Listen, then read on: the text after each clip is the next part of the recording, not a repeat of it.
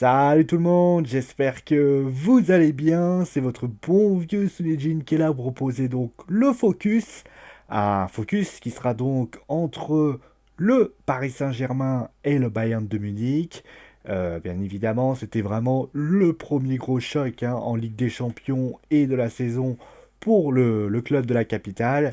Et donc forcément, eh bien, les Parisiens se devaient, eh bien, en tout cas, de montrer qu'ils étaient capables de faire des grandes choses. Alors bien évidemment, on va dire ce qui est, les gens diront sans doute que le Bayern n'était pas du tout préparé. C'est vrai qu'il manquait pas mal de monde.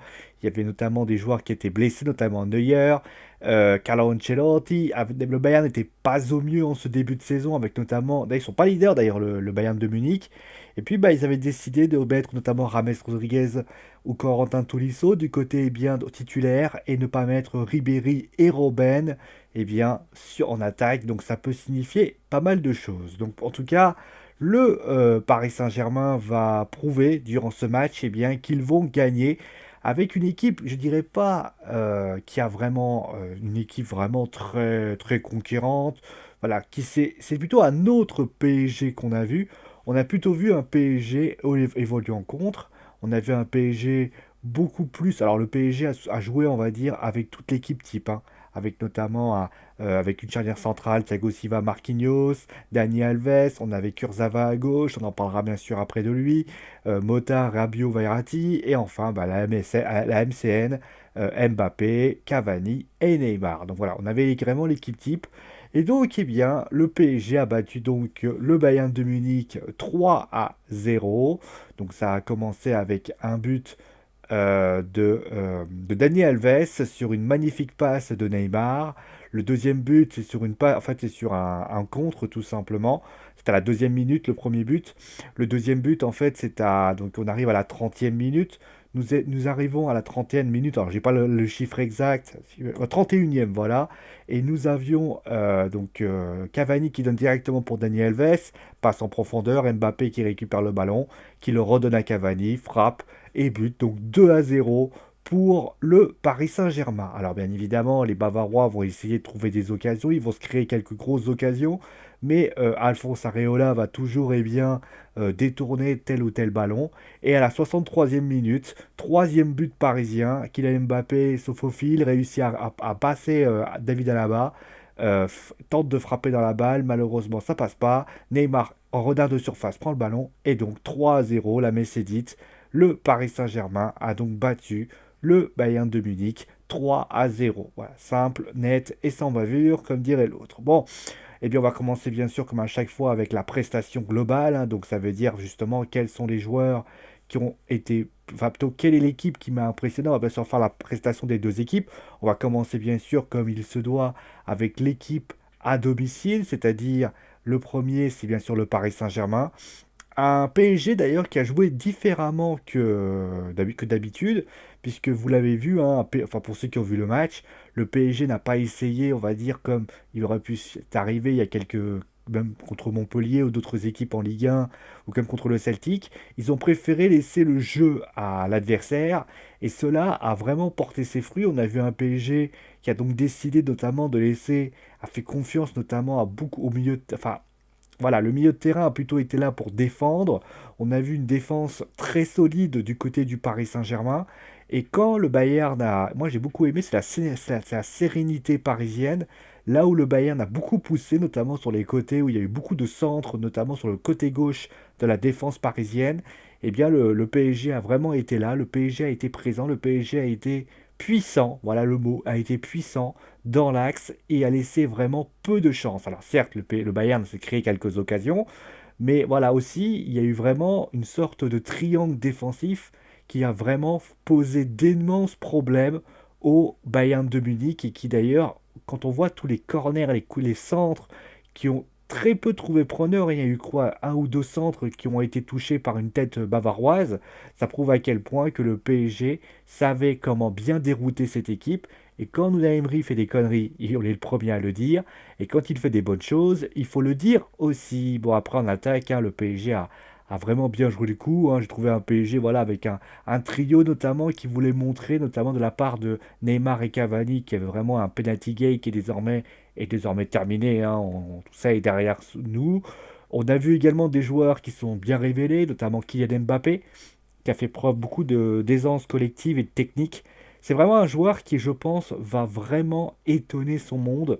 On voit que Neymar l'aime beaucoup, on voit que Cavani l'aime beaucoup. Il est vraiment un petit jeune qui fait vraiment du bon boulot. Je me demande bien d'ailleurs si le PSG n'a pas trouvé une immense pioche parce que ce joueur-là peut littéralement vous voler le show et ça, c'est quelque chose qui pourrait être très bon pour le business. Bon, en tout cas, le PSG voilà, va gagner. Maintenant, la seule chose qu'on a envie de leur dire, c'est que c'est bien d'avoir fait ça contre. Alors attention, parce que là, ils ont joué face à une équipe qui était très offensive. Est-ce que le PSG peut faire ça en Ligue 1? La réponse est non. Le PSG n'est pas capable de jouer en Ligue 1. Le PSG va devoir jouer sur sa possession de balle parce que des équipes comme Bordeaux qu'ils affronteront ce week-end ou alors Montpellier la semaine dernière, si le PSG a le malheur de ne pas prendre le jeu à son compte, d'essayer voilà, de faire des décalages, de partir des accélérations, le PSG ne s'en sortira pas et le PSG sera tout simplement le dindon de la farce et forcément ils perdront des points. Là où Monaco est revenu, cela peut devenir vraiment très gênant. Bon, les mains à passer maintenant au Bayern de Munich. Bon, voilà, on a fini avec le PSG, pas grand-chose à rajouter. Alors, le Bayern de Munich, alors on sait qu'il y avait beaucoup de joueurs qui étaient absents. D'ailleurs, pas mal de consultants l'ont dit, il manquait tel joueur, il manquait ce joueur, il manquait tel joueur. Bah, moi, j'ai trouvé un Bayern, d'un point de vue offensif, il y a quelque chose qui m'a beaucoup choqué. C'est que j'ai trouvé un Bayern de Munich qui est souvent, prône souvent le jeu offensif.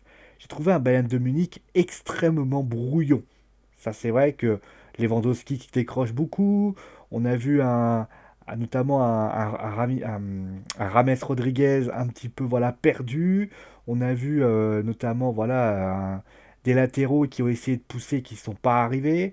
Et même les arrivées de Kingsley Coman, ou comment, je sais même pas comment ça se dit, parce que Stéphane Guy dit Kingsley Coman, hein, voilà. Mais voilà, moi j'ai trouvé un Bayern très brouillon en attaque. Alors ils ont essayé quand même, alors il y a eu un très bon Thiago Alcantara, mais sinon, bah, le PSG, moi je trouve qu'ils ont vraiment bien maîtrisé parce que bah, au bout d'un moment, tu vois, ça joue sur les côtés. Ils ont essayé, voilà, ils ont dit on va jouer sur les côtés, et à chaque fois il va y avoir des centres. Ou alors ils vont repiquer dans l'axe. Daniel Alves a bloqué. L'autre côté, c'était un peu limite, on en parlera peut-être après. Mais voilà, ils ont fait ça. Et au bout d'un moment, bah, l'équipe parisienne bah, s'est amusée, s'est dit bon bah voilà. Et j'ai trouvé voilà le PSG extrêmement solide, même si ça a été quelque peu limite, notamment avec quelques petites interceptions, décalages, quelques voilà dégagements de la part de Thiago Silva ou de Marquinhos. Mais c'est toujours très, c'est pas des dégagements à la Barcelone PSG en fait. C'est vraiment bien précis, on prend le ballon, on essaie de bien le dégager, de ne pas le mettre n'importe comment. Je pense que le PSG, enfin le Bayern, à ce moment-là, le PSG a bien joué le coup. Le problème, c'est que le Bayern n'a pas su changer son style de jeu. On a eu un Kimmich pas mauvais, mais un Alaba qui n'a pas du tout été à la hauteur, qui a pas eu du mal face à son vis-à-vis. On a eu un milieu de terrain qui était présent dans le jeu, mais qui n'a pas fait toujours les bons choix. Une attaque avec un Lewandowski qui était toujours un petit peu, et puis que dire la défense du Bayern qui a été ridicule, quoi. On peut parler, voilà, de Soul et de Javi Martinez qui n'ont pas du tout été à la hauteur. Alaba qui a été pris mais 2 fois sur 3 dans le truc système. Bah, j'ai envie de dire, bah, au bout d'un moment, le système offensif, bah, il est bien, mais quand le système défensif est. Alors, le Neuer, c'est. En plus, il manquait Neuer. Tout ça pour dire très clairement que le PSG a été bon. Alors, attention, c'est toujours pareil. Faut-il minimiser la performance du Paris Saint-Germain parce que le Bayern n'a pas été à la hauteur? Moi, j'ai juste envie de leur dire, le PSG a fait son match, c'était au Bayern de faire leur match. Et très clairement, les deux équipes ben, le Bayern avait le jeu, le Bayern, en fait le Bayern faisait du pari, c'est-à-dire qu'ils avaient le jeu, ils avaient ce qu'il fallait. Mais, il y avait le jeu pour moi, il était caduque, et je pense d'ailleurs que c'était ça qui plombe, on va dire, les bons moments du Bayern de Munich. Voilà, on va passer maintenant, eh bien, au. Bon, ok. Je voyais un truc sur Sky, tu vois, c'est bizarre. On va passer maintenant au top et au flop. On va commencer déjà avec les tops. Alors vous allez voir, il n'y a que des Parisiens, forcément, hein. Vous savez que les Parisiens font des bons matchs, je le dis. Alors le numéro 3, bah, j'ai envie de mettre Thiago Silva. Pour mettre Marquinhos aussi, hein. Très clairement, les deux ont été intéressants. On peut mettre Dani Alves. Très clairement, moi j'ai envie de récompenser Thiago Silva qui a été exceptionnel dans ce match. des accélérations, voilà, très présent. J'ai trouvé l'âme de leader qu'il avait. Et souvent, on se moque de lui, on dit souvent, ouais, il n'est pas à la hauteur des grands événements. Bah là, il a été à la hauteur. Et justement, bah, on a envie de lui dire, bravo, bah, Thiago Silva, numéro 3 dans cette histoire. Bon, ensuite, on va parler bah, du deuxième. Et ben, j'ai envie de le mettre parce que ce mec-là, alors je ne vais pas même le mettre homme du match, même si c'est pas loin, c'est Alphonse Areola. Nombre d'arrêts, dégagement, il a un petit arrêt de dégagement qu'il aurait dû faire, mais sinon, il n'y a rien à dire quoi. Toutes les interventions ont été propres. Tout ce qui a été fait a été propre. Autrement dit, tout a été nickel. Je veux dire, les accélérations, on a vu des parades très très bonnes. On a vu également un Alphonse Areola conquérant devant ses buts, qui ne se laissait pas faire. Ça y est, il vient de comprendre, Alphonse Areola. Il est en train de monter en puissance, et ça c'est bien, alors qu'on était un peu limite. Montpellier fait pas de mauvais match, Celtic il fait un bon match, contre Lyon il fait un bon match. Ça y est, ça commence, ça y est, enfin. Mais la réponse qu'on a envie de dire, ben enfin. Et enfin, bah, je pense que Kevin Trapp, bah. Alors attention, parce qu'on se connaît, on le connaît, c'est le genre de mec, là il fait des bons matchs, et tout au mois de septembre il va se planter. Il faut qu'il soit vraiment régulier et qu'il vraiment fasse ça tout le temps. Parce que là, il a vraiment sauvé son équipe. Si il y avait eu l'occasion de je ne sais plus qui était rentré, je pense que le PSG aurait bien galéré. Donc il a été présent, il a été déterminant, contrairement au gardien du Bayern, qui lui franchement n'a pas été à la hauteur quelquefois. Et enfin, bah, le premier, bah, on en remettre Neymar aussi, hein, mais bien sûr Kylian Mbappé. Franchement, c'est le mec qu'on parle pas, mais c'est le mec qui est le plus impressionnant. Style de jeu, technique, il est toujours présent dans les choix, il se met au collectif. C'est un joueur qui a un bon état d'esprit. C'est un joueur notamment, je prouve, qui va réussir à illuminer ce trio qui est pour la MCN. Pour moi, ce 6 Mbappé, c'est ce qui manque au Paris Saint-Germain. Je pense que Mbappé, c'est le mec, il va faire énormément de bien au PSG. Et à chaque fois qu'il sera là, je pense que le PSG peut littéralement steal the show, en clair, peut littéralement voler le show. Parce que sans déconner, c'est peut-être la petite pépite, notamment parce qu'il va pouvoir notamment évoluer encore plus haut. C'est-à-dire dans les années qui vont venir, il va encore progresser. Franchement, j'adore ce gamin, d'une modestie mais de dingue. Il ne se met pas en avant, contrairement à certains grands joueurs, comme Neymar par exemple. Mais je trouve qu'il a un super état d'esprit, il ne laisse jamais. C'est vraiment un très grand monsieur, et, enfin, grand monsieur, un grand gamin. Et sans déconner, bah, je pense que dans quelques années, on pourra dire que Kylian Mbappé, s'il y a la Ligue des Champions avec le PSG, je pense que le PSG pourra le remercier très sincèrement. Combien? 13 minutes, c'est bon. On passe maintenant au flop, forcément. Alors, le flop parisien, quand même, on va en mettre. Je vais mettre Kurzawa, qui est peut-être pour moi le gros point faible de cette équipe aujourd'hui. Alors, le milieu de terrain, j'ai envie de le mettre aussi, parce que Verratti, Mota, Rabiot n'a pas du tout été là, hein, on va pas se mentir. Mais là où je vais pas les mettre, c'est parce que la différence, c'est que le système, ils avaient décidé de défendre. Donc forcément de jouer bas.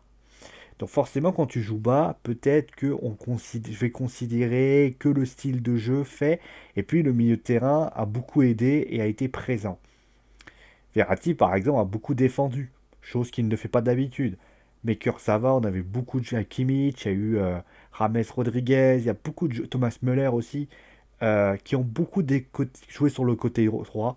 Ça a été compliqué pour lui. Thiago Silva d'ailleurs lui a fait quelques remontrances. Ça a été compliqué en deuxième mi-temps, elle a été bien mieux, hein, mais très clairement, on sait qu'il a fait une vidéo un peu bizarre, etc. Je pense qu'aujourd'hui, si on a un truc à lui dire, c'est fais gaffe. Bon, certes, Mendy est blessé et on ne sait pas combien de temps il va être indisponible, mais il va falloir que Kurzawa se reprenne vite parce que Yuri Bercic, s'il te sort deux trois bons matchs, il lui prendra sa place. Il est très friable aujourd'hui, Levin Kurzawa. Donc il va falloir qu'il se reprenne parce que là, j'ai pas senti un grand Levin Kurzawa. Et ça commence à faire beaucoup. J'en ai parlé à Lyon, j'en ai parlé lors du Celtic, j'en avais un petit peu parlé. Il faut un petit peu qu'il réagisse et qu'il se réveille. Bah, le deuxième, bah, en fait, c'est des défenseurs, hein, c'est Ravi Martinez. Alors là, on peut mettre Lewandowski qui a été vraiment transparent. On aurait pu mettre aussi, par exemple, Houlé aussi, Soulé, parce que très clairement, il a été mauvais lui aussi. Mais Rami Martinez, parce que voilà, la charnière centrale du Bayern n'a pas du tout été à la hauteur. Et ça s'est vu et ça a été vraiment un gros problème. On peut mettre aussi Kingsley Coman qui n'a pas du tout été là non plus. Et puis bah, le premier, et non des moindres, bah, j'ai envie de mettre David Alaba, puisqu'il est coupable sur les trois buts, sur les deux, sur le premier et le troisième but, qui laisse dans le marquage Dani Alves. Le troisième, bah, il fait déposer par Mbappé. Voilà, très clairement, mauvais match de la part de David Alaba, qui a tout simplement bien, déçu tout le monopole et le protocole bavarois. C'est beau ce que je viens de dire. Bon, en tout cas, bah voilà. Donc, alors, on va quand même faire les autres rencontres. Donc, je rappelle que d'ailleurs, le Celtic a battu 3-0 Anderlecht. Donc, ils reviennent donc sur le Bayern de Munich. À noter d'ailleurs qu'il y aura un Anderlecht Paris Saint-Germain et un Bayern Celtic. Donc, tout est possible. D'ailleurs, c'était une victoire à l'extérieur hein, pour le Celtic. La Roma qui bat Karabakh 2 buts à 1. À noter d'ailleurs que Pedro Henrique, ancien joueur de Rennes, je crois, a marqué. Chelsea qui bat quand même l'Atlético Madrid, avec notamment un but d'Antoine Griezmann, et notamment 94e minute, un but de Michy Batshuayi. Barcelone qui gagne 1-0, ça est compliqué pour pour le Barça. Et la Juve qui bat Olympiakos 2-0. Et enfin, Sion et Lausanne, c'était un partout pour ce match. Voilà, vous savez tout. C'était en championnat de Suisse, là, je vais vous citer le championnat de Suisse, c'est magnifique. Bon bah voilà, ah oui, le Manchester United qui a battu le CSKA Moscou et Bâle qui a battu quand même Benfica 5-0, c'est quand même étonnant de voir Bâle battre Benfica 5-0.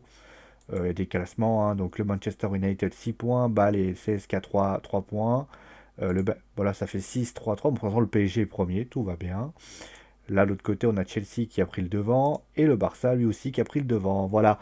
Allez, on va s'arrêter là pour aujourd'hui. Je vous souhaite une très bonne nuit. En tout cas, pour les Parisiens, je pense qu'ils vont bien dormir. Je vous fais des gros bisous et bien sûr, je vous retrouve très vite pour un nouveau focus. Allez, ciao tout le monde!